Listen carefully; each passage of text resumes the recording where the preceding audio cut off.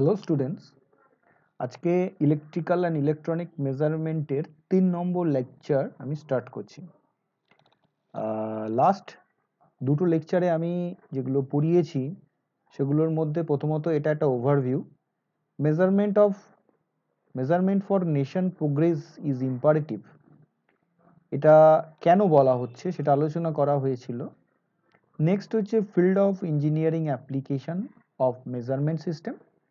Next different type of methods of measurement আলোচনা করা হয়েছিল, ডাইরেক্ট ইনডাইরেক্ট মেথড এবং তার অ্যাডভান্টেজ ডিসঅ্যাডভান্টেজ। নেক্সট আলোচনা করা হয়েছে classification of instrument, absolute secondary. আমি বলেছি এর ফার্দার ডিটেল আমরা আলোচনা করব। এবং তারপর চলে এসেছিলাম কিছু important term, true value, absolute error, static, absolute errors for correction. Next হচ্ছে আমরা মোস্ট ইম্পর্টেন্ট একটা ফ্যাক্টর আলোচনা করেছিলাম, রিলেটিভ স্ট্যাটিক এরার, এবং সেটাকে আমরা কিভাবে ক্যালকুলেট করি for the time of true value and for the time for full scale deflection, সেগুলো আমরা আলোচনা করেছিলাম। নেক্সট আমরা আলোচনা করেছিলাম এই নিউমারিক্যালটা, সেটা আমরা ক্যালকুলেট করেছিলাম এখানে বসেই।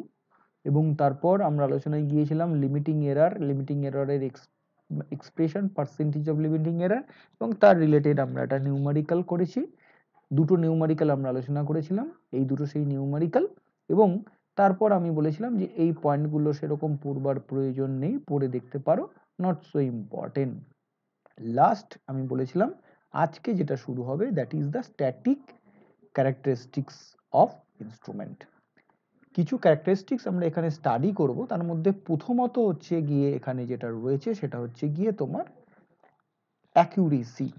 অ্যাকিউরেসির পর আমাদের চলে আসছে সেন্সিটিভিটি, নেক্সট চলে আসছে তোমার, একটু ফাস্ট স্ক্রল ডাউন হয়ে যাচ্ছে, একটু দাঁড়াও, সেন্সিটিভিটি, তারপর তোমার চলে আসছে আমাদের এখানে রেজলিউশন, আর আলটিমেটলি যে ওয়ার্ডটা আসবে সেটা হচ্ছে প্রিসিশন। তা আমাদের এখানে অ্যাকিউরেসি আর প্রিসিশন এই দুটো টার্মকে আমরা খুব ডিটেলে আলোচনা করব, ব্যাপারটাকে বোঝার চেষ্টা করব। তারপর রেজলিউশনের ওপর আমরা আর হচ্ছে গিয়ে সেন্সিটিভিটির ওপরে আমরা নিউমেরিক্যাল দেখব। এবং আজকে এখানে মোটামুটি আমরা এই কয়েকটা পয়েন্ট ডিটেল আলোচনা করব। এটা আমার 3 নম্বর লেকচার। আর 4 নম্বর লেকচারে আমি লোডিং এফেক্ট সম্বন্ধে একটা আলোচনা করে তার রিলেটেড কিছু নিউমেরিক্যাল ডেরিভেশন করে এই ওভারভিউ বা ফার্স্ট ইন্ট্রোডাক্টরি পার্ট যেটা আছে সেটাকে কমপ্লিট করা যাবে। ফার্স্ট অফ অল চলে আসে অ্যাকিউরেসি। এখানে যে কথাটা বলা হয়েছে বা যে এক্সপ্রেশনটা শো করা হচ্ছে সেটা কিছুটা হলেও বোঝা যাচ্ছে যে পার্সেন্টেজ অফ যে রিলেটিভ এরার যেটা রয়েছে সেটাকে আমরা ক্যালকুলেট করে 100 থেকে সাবস্ট্রাক্ট করলে আমরা অ্যাকুরেসি লেভেল পাবো। অ্যাকুরেসি ব্যাপারটা তো নিশ্চয়ই বোঝা যায় যে কোনো একটা স্ট্যান্ডার্ড ভ্যালু রেসপেক্টে তুমি কতটা রেজাল্ট পাচ্ছ এবং সেটা অ্যাকুরেট হচ্ছে কিনা সেটা বোঝা। 100 কথাটা এখানে যেটা শো করা হয়েছে, এই যে 100 কথাটা যেটা শো করা হচ্ছে সেটা মানে তোমার ডিজায়ার থেকে তুমি কতটা এরার পাচ্ছ, কতটা ভ্যালু কম পাচ্ছ বা বেশিও পেতে পারো, সেটাই এখানে বোঝানো হয়েছে। এখানে ল্যাঙ্গুয়েজে বলা হয়েছে it is the closeness with which an instrument reading approaches the true value of quantity being measured. Approaches the true value of quantity being measured, যেটা মেজার করছো তার কাছাকাছি কতটা আসছে তার উপর ডিপেন্ড করবে অ্যাকুরেসি বলে ক্যারেক্টারিস্টিক্স। অতএব যদি তুমি যেটা মেজার করছো সেটা যদি তোমার ডিজায়ার্ড ভ্যালুর একদম ম্যাচ করে যায় তার মানে সেখানে অ্যাকুরেসি লেভেল 100%। এবং তখন আমার relative error, percentage of relative এরারের ভ্যালুটা কত হবে? 0 হবে। এইটার সাথে সাথে চলে আসছে প্রিসিশন। এই অ্যাকুরেসি আর প্রিসিশন এইটাকে আমার প্রথমত ফার্স্ট আলোচনা করব, যেটা আমাদের বুঝতে হবে অ্যাকুরেসি আর প্রিসিশন এই দুটোর মধ্যে কিরকম তোমার ডিফারেন্স আসছে। নেক্সট চলে আসি আমি প্রিসিশনের জায়গায়, সেখানে যে ল্যাঙ্গুয়েজটা আলোচনা হয়েছে সেটাকে একটু দেখে নিলে ব্যাপারটা বুঝতে পারবে। সেটা হচ্ছে আমাদের এখানে যেটা দরকার সেটা হচ্ছে প্রিসিশনের জায়গায় চলে যাওয়া। এখানে প্রিসিশনের জায়গায় যেটা দেখানো হয়েছে বেশ কিছু থিওরি রয়েছে এবং বেশ কিছু এক্সাম্পলের মধ্যে দিয়ে বোঝানোর চেষ্টা করা হয়েছে। প্রথমত যেটা বুঝতে হবে, the term precise means clearly or sharply defined. ঠিক আছে, যেটা তোমাকে বলা হচ্ছে সেটা ক্লিয়ারলি এবং শার্পলি ডিফাইন করা হয়েছে, তবু ব্যাপারটা কিন্তু ক্লিয়ার হবে না, আর একটু এগোতে হবে। অ্যাকিউরেসি ভার্সেস প্রিসিশন বলা হয়েছে। Decision is a measure of reproducibility or consistency of the measurement, that is given a fixed value of a quantity. Precision is a measure of degree of agreement within a group of measurement. Not so clear. এবার এক্সাম্পলে চলে আসলে আমাদের ব্যাপারটা বুঝতে সুবিধা হবে। কিরকম example সেটা ফার্স্ট অফ অল আমাদের বুঝে নেওয়া দরকার। প্রথমত দেখো, অ্যাকিউরেসি আর প্রিসিশন এই দুটো জিনিসের মধ্যে কি ধরনের রিলেশন তৈরি করা যেতে পারে। আমরা একটা এক্সপেরিমেন্ট নিয়ে শুরু করি। ধরো তুমি একটা রেজিস্ট্যান্স আর একটা সোর্সকে তুমি কানেক্ট করেছো, তার মানে তোমার সার্কিটটা হচ্ছে একটা সোর্স আর একটা রেজিস্ট্যান্স রয়েছে সিরিজে কানেক্টেড, আর এর ভ্যালু হচ্ছে ধরো আমি বললাম 10 ভোল্ট, আর রেজিস্ট্যান্সের ভ্যালু হচ্ছে 2 ওহম। আর এই জায়গায় আমি এখানে একটা অ্যামিটার লাগিয়ে দিলাম। এবার এই অ্যামিটারটাকে কানেক্ট করেছি, করে আমি রিডিং মেজার করব। যে কারেন্টটা ফ্লো করছে সেটা হচ্ছে আই। এই আই এর ভ্যালু কত? থিওরিটিক্যালি আই এর ভ্যালু হবে ভোল্টেজ ডিভাইডেড বাই রেজিস্ট্যান্স, মানে 5 অ্যাম্পিয়ার। 5 অ্যাম্পিয়ার হচ্ছে কারেন্ট, এটা থিওরিটিক্যাল ভ্যালু। এইবার তুমি যে অ্যামিটারটা ইউজ করছো সেই অ্যামিটারটা আমি 3 রকম অ্যামিটার নিলাম, 3 রকম বা 3টে অ্যামিটার নিলাম। তাহলে প্রথমে আমি নিলাম A1 ammeter 1, A2 ammeter 2, A3 ammeter 3। এরা প্রত্যেকে একটা রিডিং তোমাকে দেবে, এটা একটা সেট। নেক্সট আর একটা সেট নিলাম A1, আমি A4, A5, A6। নেক্সট নিলাম A7, A8, A9। এতগুলো সেট নিয়েছি। এখানে আমার ফার্স্ট অ্যান্সার এখানে এলো 4.9 অ্যাম্পিয়ার, 5.01 অ্যাম্পিয়ার, 5.001 অ্যাম্পিয়ার, এরকম ধরো রেজাল্ট এসছে। এখানে তোমার রেজাল্ট এসলো 3.9 অ্যাম্পিয়ার, 4.01 অ্যাম্পিয়ার, আর একটা এলো 4 অ্যাম্পিয়ার। এখানে অ্যান্সার আসলো 5.1 অ্যাম্পিয়ার, 4.0 অ্যাম্পিয়ার, আর একটা রেজাল্ট আসলো 3.9 অ্যাম্পিয়ার। এইরকম 3টে সেটের ইনস্ট্রুমেন্ট তোমার কাছে আছে। এইবার তোমাকে বলা হলো যে অ্যাকিউরেসি আর প্রিসিশন, অ্যাকিউরেসি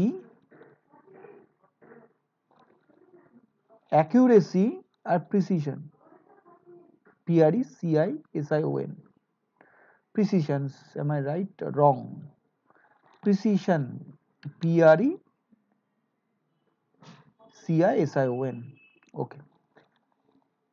প্রিসিশন জানতে চাইছি, পার্সেন্টেজ অফ অ্যাকিউরেসি আর প্রিসিশন। এটা হচ্ছে সেট 1, এটা হচ্ছে সেট 2, এটা হলো সেট 3। সেট 1 এর রেজাল্ট, সেট 2 এর রেজাল্ট, সেট 3 রেজাল্ট বার করার চেষ্টা করব। প্রথম সেট 1 এ তোমার রেজাল্টটা লক্ষ্য করে দেখো, তোমার রেজাল্টের কাছাকাছি 5 অ্যাম্পিয়ার আসার কথা, তুমি পেয়েছো 4.9, 5.01, 5.001। অতএব অ্যান্সারগুলো আমার কিন্তু ডিজায়ার্ড অ্যান্সারের কাছাকাছি। এটাকে আমি 5.99 করে দিই, কাছাকাছি। তাহলে আমার অ্যাকুরেসি লেভেল কত 100%, আর প্রিসিশন কতটা 100%। আগে ফার্স্টে অ্যান্সার গুলো লিখে রাখি, 100% বা 100% এর কাছাকাছি, আমি 100% বললাম। নেক্সট দেখো, রেজাল্ট আসার কথা 5, এসছে তোমার 3.9, 4.01, 4। তোমার রেজাল্টটা কিন্তু অনেকটা খারাপ এসছে, তার মানে অ্যাকুরেসি এখানে কিন্তু 100% নয়, অনেকটা কম অ্যাকুরেসি লেভেল। ধরো আমি এখানে বলে দিলাম 80%, আর প্রিসিশন 100%। আসছি নেক্সট অ্যান্সার। দেখো এখানে অ্যান্সার কিরকম এসছে, 5, এটা কারেক্ট অ্যান্সারই এসছে প্রায়, এটা 4, এটা 3.9।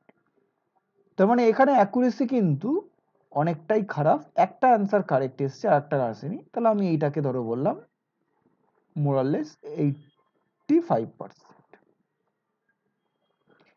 আর অ্যাকুরেসিটা দেখলাম কতটা, অ্যাকুরেসিটা দেখলাম 85%। প্রিসিশনটা কি দেখছি, এই দুটোর মধ্যে রেজাল্ট কাছাকাছি, এটা আবার রেজাল্টে ম্যাচ করছে না, এদের অ্যাকুরেসি লেভেল ধরো আমি বললাম প্রিসিশন লেভেল 80%।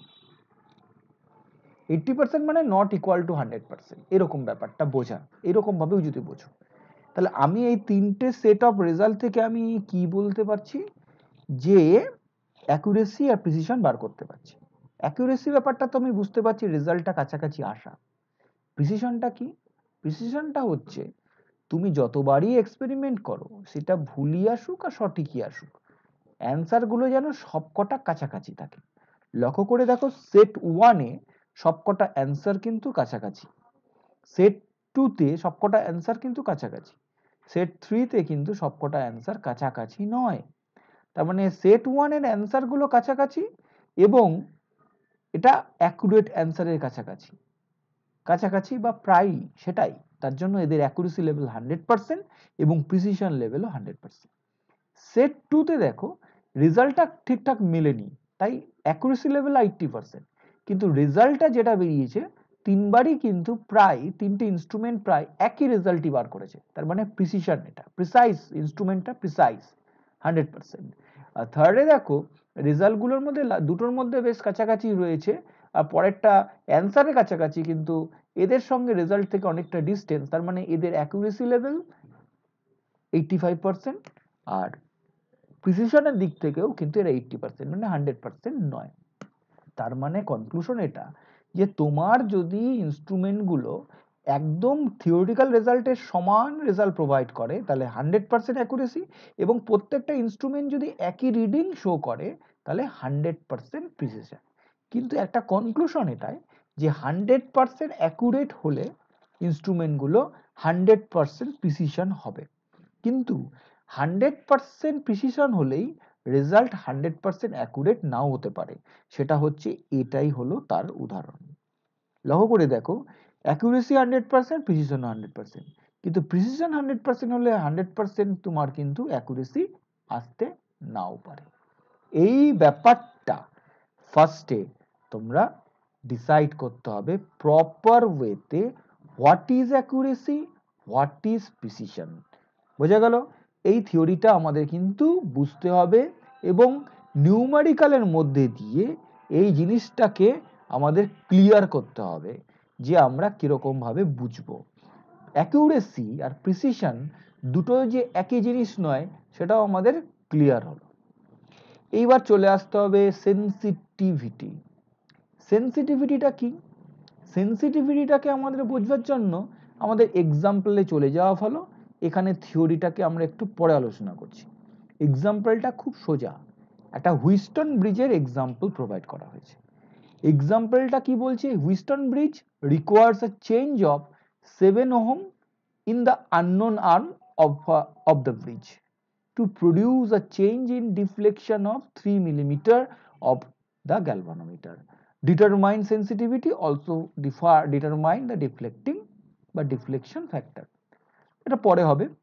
ডিফ্লেক্সিং ফ্যাক্টরটা কি, সেন্সিটিভিটিটা কি?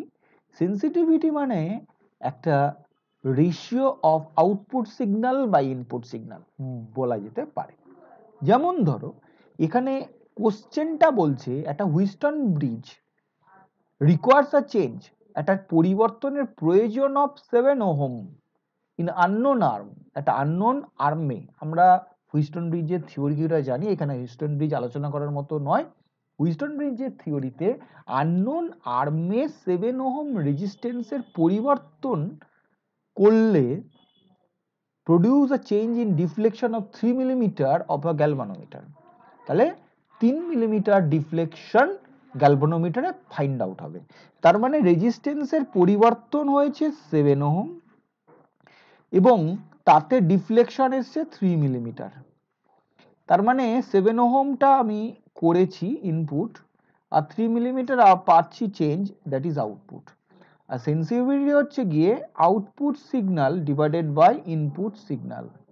তাহলে আউটপুট সিগন্যাল 3, ইনপুট সিগন্যাল 7, তাহলে এখান থেকে আমি ইউনিট পাচ্ছি 3/7 মিলিমিটার পার ওহম। এইটা হয়ে গেল আমার সেন্সিটিভিটি। সেন্সিটিভিটি বোঝাচ্ছে এটা যে একটা ইনস্ট্রুমেন্ট সামান্য পরিবর্তনের জন্য যে পরিবর্তনটা তৈরি হয়, যদি একটা পরিবর্তনে আরেকটার পরিবর্তন প্রপার ওয়েতে হয়, খুব ছোট ক্ষেত্রেও যদি সেই পরিবর্তন চোখে পড়ে, তাহলে ইনস্ট্রুমেন্টটা কিন্তু প্রপার সেন্সিটিভ ইনস্ট্রুমেন্ট। আর ডিফ্লেকশন ফ্যাক্টর কি? ডিফ্লেকশন ফ্যাক্টর হচ্ছে 1 আপন sensitivity, that will be the deflection. আমি ডি দিয়ে ডিফাইন করি। তাহলে reciprocal of the sensitivity, reciprocal of sensitivity is deflection. তাহলে এই অঙ্কে আমি ফার্স্টে সেন্সিটিভিটি পেয়ে গেলাম, তারপর ডিফ্লেকশন ফ্যাক্টর পেয়ে গেলাম। কোশ্চেনটা খুব সলিউশনটা সোজা আছে, আলোচনায় আমি যাচ্ছি না। এইবার এখানে টার্মগুলোর মধ্যে থেকে বোঝার চেষ্টা করতে হবে সেন্সিটিভিটি ডিফিনিশন কি বলেছে। সেন্সিটিভিটি বা the static sensitivity of an instrument is the ratio of the magnitude of output signal to the magnitude of the input signal or the quantity to measured, যে মেজার্ড করছি তার উপর depend করে। বোঝা গেল? নেক্সট হচ্ছে its units আর millimetre per micrometre, counts per volt etcetera depending upon the type of input and output signal. ঠিক আছে, তুমি কি ধরনের করছো তার উপর ইউনিটগুলো। আগের অঙ্কে আমাদের ইউনিট হচ্ছে মিলিমিটার পার ওহম, এখানে যেটা আসছে millimetre per micro ampere, counts per volt. অতএব এই ধরনের ইউনিট আমার আসতে পারে। Number of counts per volt, 1 ভোল্টে কতগুলো কাউন্ট হচ্ছে, 2 ভোল্টে কতগুলো কাউন্ট হচ্ছে, তার উপরেও হতে পারে। এতটা আউটপুট কাউন্টস আমি পাচ্ছি এই ভোল্টের পরিবর্তনের জন্য, এত ভোল্টের পরিবর্তনে কতগুলো কাউন্ট আমি পাচ্ছি, সেটাকেও কিন্তু আমরা মেজার করতে পারি। আর deflection is the reciprocal of sensitivity, এটাকে বলা হচ্ছে ডিফ্লেকশন ফ্যাক্টর। এইবার চলে আসবো আমাদের last point, that is the resolution. রেজলিউশনটা আমাদের কিন্তু খুব ইম্পর্টেন্ট ইস্যু। মানে তুমি একটা ইনস্ট্রুমেন্টের খুব খুব ছোট্ট ভ্যালু মেজার করতে যদি পারো, তার মানে তার রেজলিউশনটা ভালো। It is the smallest increment in input being measured which can be detected with certainty by an instrument. নিশ্চয়তার সঙ্গে তুমি যদি মেজার করতে পারো, তাহলে that instrument is proper resolution. This instrument have the proper resolution. মানে তুমি একটা স্কেল, তুমি যদি সেই স্কেলটা দিয়ে তুমি খুব ছোট মেজারমেন্ট করতে পারো, তার মানে স্কেলটা রেজলিউশনটা ভালো। আর যদি ছোটখাটো মেজারমেন্ট করা যায় না, মাইক্রো মিলিমিটার মেজার করা যায় না, শুধুমাত্র সেন্টিমিটার থেকে শুরু, তার ফলে সেই ইনস্ট্রুমেন্টটা not so proper, not so having the proper resolution. এবারে নিউমারিক্যালটা দেখা যাক। একটা নিউমারিক্যাল আমি এখানে আলোচনা করব, আর একটা নিউমারিক্যাল তোমরা কিন্তু মেটেরিয়াল থেকে নিজেরা স্টাডি করবে। স্টাডি মেটেরিয়াল গুগল ক্লাসরুমে দেওয়া আছে, গুগল ক্লাসরুম থেকে স্টাডি মেটেরিয়ালটাকে ফলো করবে। কোশ্চেন থাকলে কমেন্ট সেকশনে লিখবে। A moving coil voltmeter has a uniform scale with 100 division. The full scale reading is 200 volt and 1/10 of scale division can be estimated with a fair degree of certainty. Determine resolution of the instrument in volts. প্রথমত বুঝতে হবে যে একটা instrument রয়েছে, তার division কত, 0, 1, 2, 3 করে 100 অবধি হচ্ছে ডিভিশন। তার মানে এখানে 1 2 3 4 করে তুমি হচ্ছে ডিভিশন করেছো।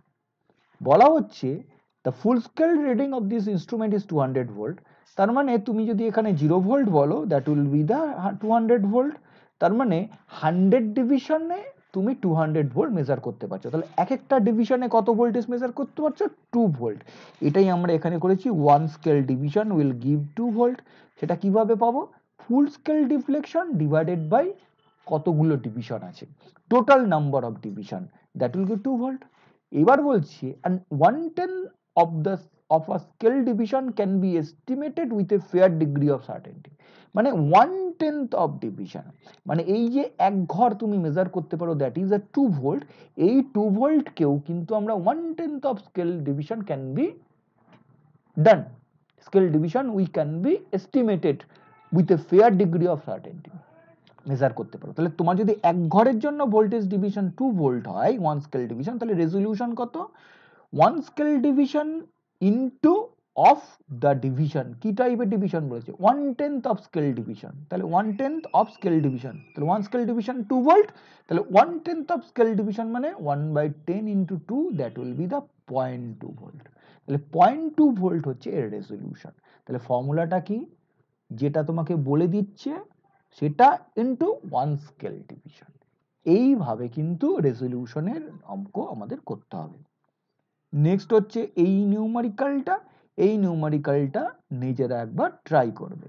তারপরে এই ব্যাপারটা দেখতে হবে যে আমাদের এখানকার প্রিসিশনের গল্পটা এখানে কি বলেছে, একবার দেখে নেবে। এরপর আমরা এগুলো খুব প্রয়োজন নেই, চলে যাব নেক্সট লেকচারে লোডিং এফেক্ট। ঠিক আছে, ব্যাপারটাকে কিন্তু পরিষ্কারভাবে কিন্তু পড়ে বোঝার চেষ্টা করবে। আর মেটেরিয়ালটা দেওয়া আছে, এরপরও যা লাগবে সেগুলো হচ্ছে গিয়ে আমি আরো এক্সট্রা গুগল ক্লাসরুমে প্রোভাইড করব। তবে ভিডিওগুলো যদি তোমাদের ভালো লেগে থাকে তাহলে বন্ধু বান্ধবের মধ্যে একটু শেয়ার করার চেষ্টা করবে। Thank you.